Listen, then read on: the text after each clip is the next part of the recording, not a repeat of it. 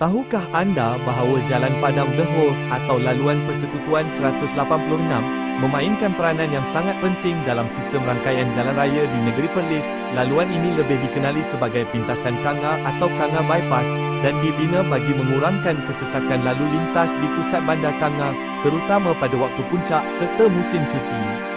Sebelum adanya laluan pintasan ini, kebanyakan kenderaan dari arah utara dan selatan perlu melalui pusat bandar Kanga.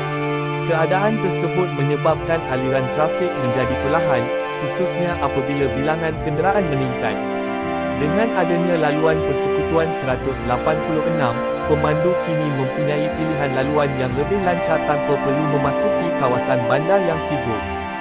Selain berfungsi sebagai jalan pintasan, Laluan 186 turut menghubungkan beberapa kawasan perumahan dan penempatan penting seperti Taman Desa Sentua, Gua Sheikh Alwi, serta kawasan sekitar Padang Johor.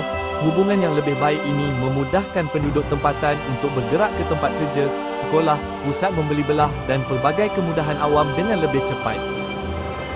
Kesimpulannya, Jalan Padang Johor atau Laluan Persekutuan 186 merupakan antara laluan penting di Perlis.